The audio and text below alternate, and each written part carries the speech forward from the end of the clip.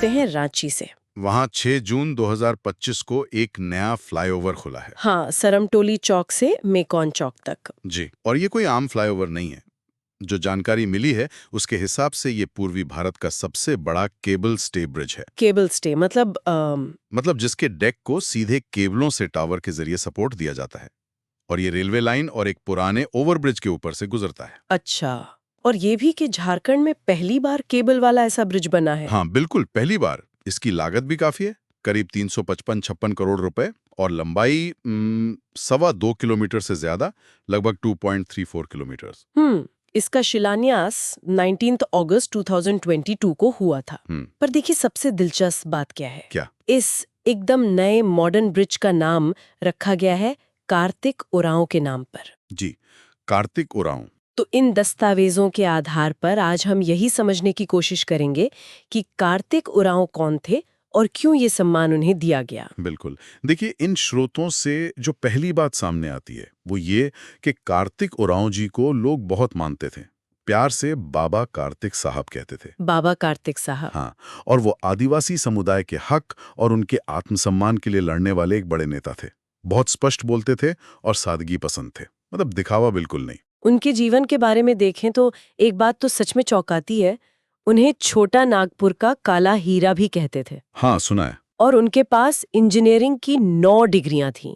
9। जी, 9 डिग्रियां। ये अपने आप में बहुत बड़ी बात है।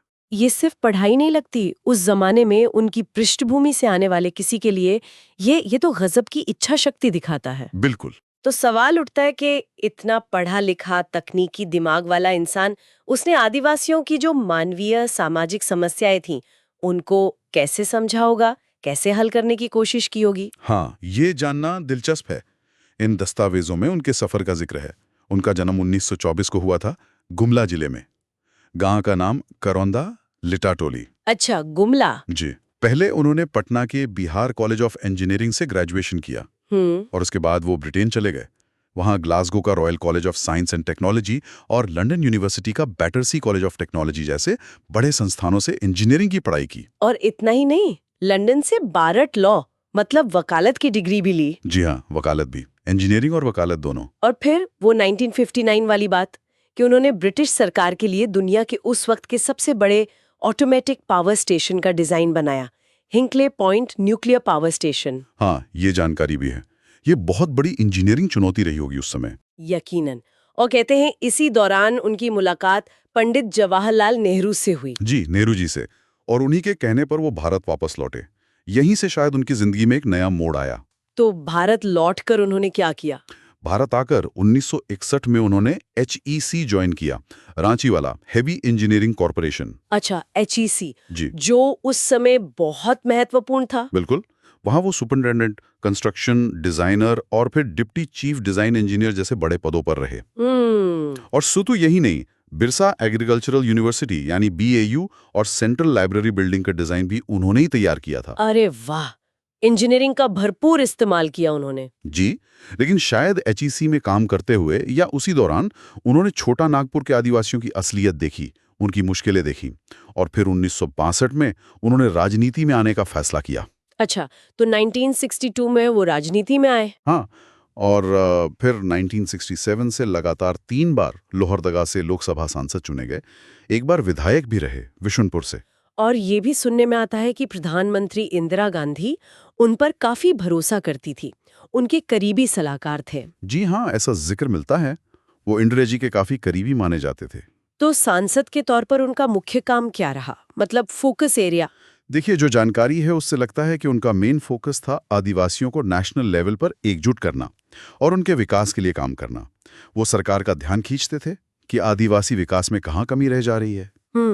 और आदिवासियों की जमीन लूट का मुद्दा, उसके खिलाफ उनकी आवाज काफी बुलंद थी, है ना? हाँ बिल्कुल, ये एक बहुत अहम पहलू है। उनके ही प्रयासों से 1969 में बिहार शेड्यूल्ड एरियाज रेगुलेशन कानून बना। 1969 का रेगुलेशन एक्ट। जी, ये सिर्फ एक कानून नहीं था, ये उन आदिवासियों के लिए एक हथियार जैसा था जिनकी जमीनें धोखे से छीन ली गई थीं। इससे उन्हें जमीन वापस दिलाने में काफी मदद मिली। ये तो बहुत बड़ा काम था। हाँ, साथ ही ये भी साफ है कि वो आदिवासी ईसाई धर्मांतरण के मसले से काफी चिंतित थे। वो इसका विरोध करते थे। अच्छा। उन्हें लगता था कि इससे आदिवासी पहचान को खतरा है। इसी सिलसिले में उन्होंने 1967 में संसद में एक बिल भी पेश किया था। वो पास तो नहीं हो सका।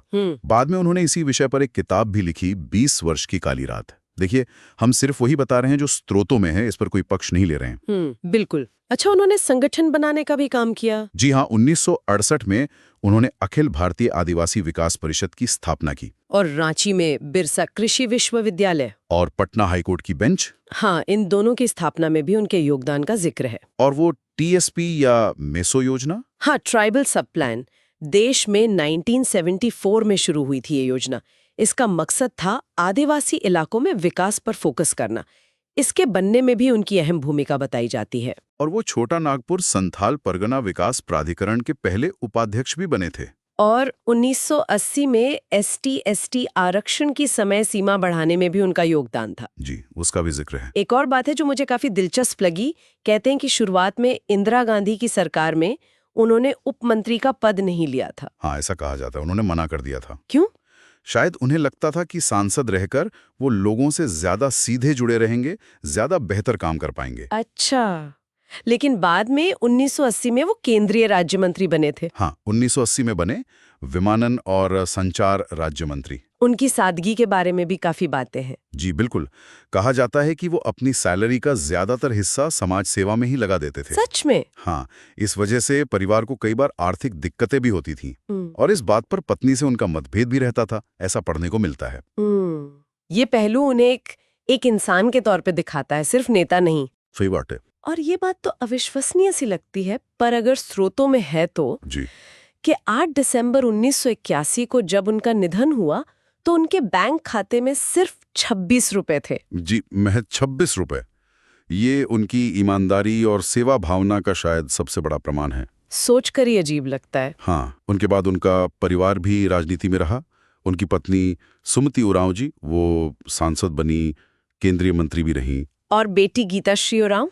जी, गीताश्री उरांव जी झारखंड सरकार में शिक्षा मंत्री रहीं। तो इन सारी जानकारियों को समेटे तो कार्तिक उरांव की शख्सियत उभरती है, एक ब्रिलियंट इंजीनियर, एक समर्पित नेता, आदिवासियों के हक के लिए लड़ने वाला एक योद्धा। बिल्कुल। और अब रांची का वो नया आधुनिक फ्लाईओवर उनके नाम पर है।